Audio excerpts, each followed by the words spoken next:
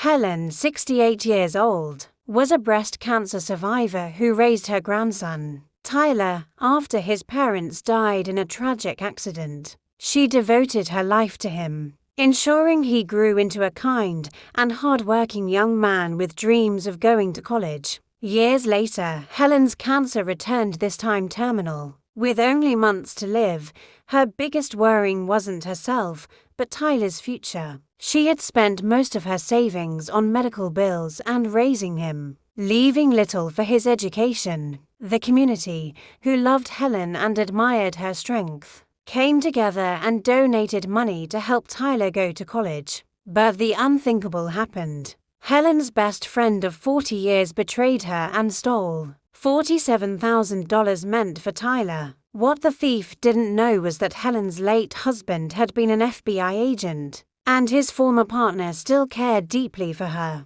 With just one phone call, the truth came out. The investigation exposed the theft, and the woman responsible faced serious legal consequences, potentially up to 20 years in prison. In the end, justice was served. Despite the heartbreak and betrayal, Helen's story became one of strength, love, and karma, proving that even in the darkest moments, truth and justice can prevail. Helen tried calling Janet, straight to voicemail. She tried texting. No response. Tyler drove to Janet's house, empty, neighbors said. Janet and her husband had moved out suddenly 2 weeks ago. No forwarding address. No goodbye. Just gone. Helen laid in that hospice bed and felt something she'd never felt in 68 years of life, complete, crushing helplessness. She was dying. She couldn't chase Janet down. She couldn't hire a lawyer. She had no money left for that. The police said it was a civil matter, not criminal, because Janet had been authorized on the account. And even if they could prove theft, Janet had crossed state lines, which complicated everything. Tyler sat next to her bed crying. "Grandma, what about college? All that money people gave us, it's just gone." Helen held his hand and tried to be strong, but inside she was breaking. Her last gift to this boy, the money that good people had donated out of love and kindness, stolen by someone she'd trusted for 40 years, someone she'd called her best friend. That night, Helen couldn't sleep. The pain medication made her foggy, but her mind kept circling back to one thing, one person, one phone call she could make, something she'd never wanted to use, but now she had no choice. Helen's late husband, Richard, had been an FBI agent for 30 years. He'd passed away 5 years ago, but his former partner, Marcus, was still active in the bureau. Marcus and Richard had been closer than brothers, and Helen had saved Marcus's life once, 20 years ago, when he'd been shot during a raid, and she'd kept pressure on the wound. Until paramedics arrived, Marcus had told her at Richard's funeral, "Anything you ever need, Helen, anything, you call me." Helen hadn't called, not once in 5 years, but now she picked up the phone. Marcus answered on the second ring. "Helen, are you okay?" His voice was immediately concerned. "People don't call from hospice unless it's serious." Helen told him everything. The fundraiser, the money, Janet's disappearance, Tyler's future stolen. And then she said something she'd never said before. "Marcus, I need that favor. I need you to find her. I need you to get Tyler's money back, please." There was silence on the line. Then Marcus said, "Consider it done. I'll call you back in 24 hours. What Janet didn't know, what she couldn't have known, is that stealing money and fleeing across state lines isn't just theft, it's federal wire fraud. And when that money was fundraised for a cancer patient and you've crossed state lines,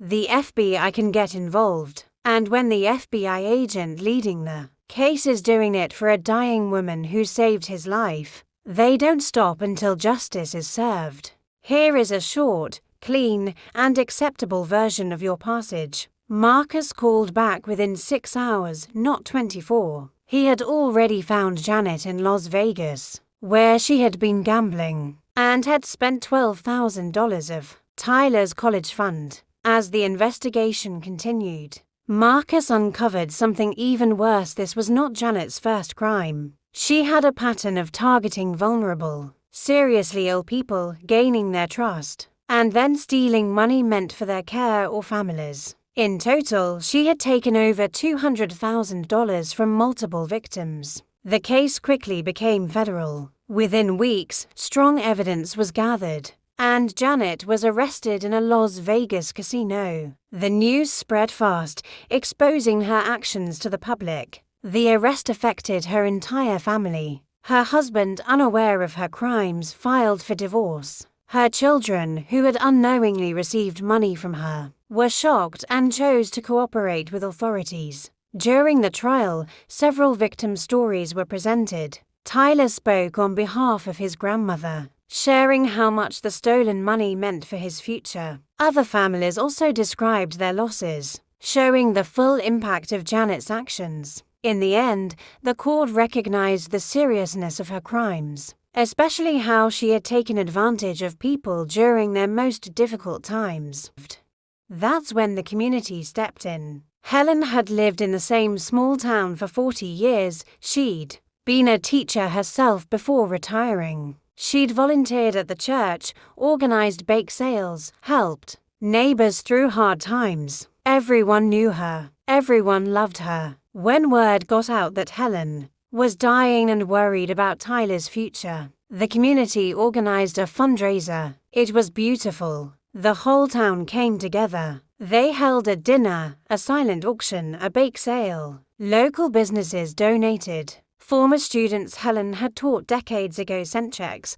The neighboring towns heard about it and contributed. People who'd never even met Helen gave money because the story touched their hearts. A dying woman's last wish to provide for her orphaned grandson. In 3 weeks, they raised $47,000. $47,000. Helen cried when they told her. Happy tears for the first time in months. Tyler would be okay. He could go to college. He could build a life. She could die in peace knowing he'd be taken care of. But Helen was too sick to manage the money herself. The chemo for her stage 4 cancer was brutal. She was in and out of the hospital, weak, exhausted. She needed someone she could trust to hold the funds until Tyler was ready for college in the fall. Someone responsible. Someone who loved them both. She chose Janet.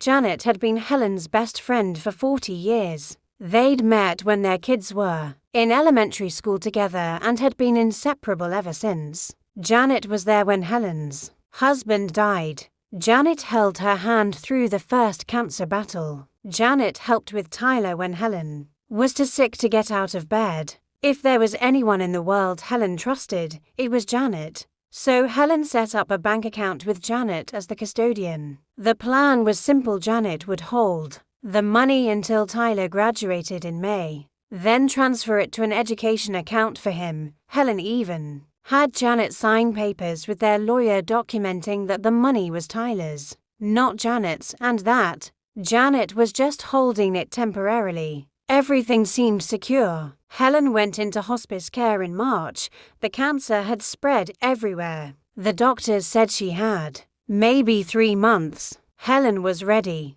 She'd made peace with it. Tyler was set up. That's all that mattered. Then, in early April, Tyler was helping Helen organize some paperwork. He logged into the bank account to check on the fundraiser money just to see it there, to feel secure knowing it was real, and the account balance was zero. Not 47,000. Not 46,000 after some small expense. Zero. Empty. Every single dollar was gone. Helen's hands shook as Tyler showed her the screen. There had to be a mistake. Some banking error. Tyler called the bank. No error. The money had been withdrawn. All of it, in multiple transfers, over the past 2 weeks, all authorized by Janet.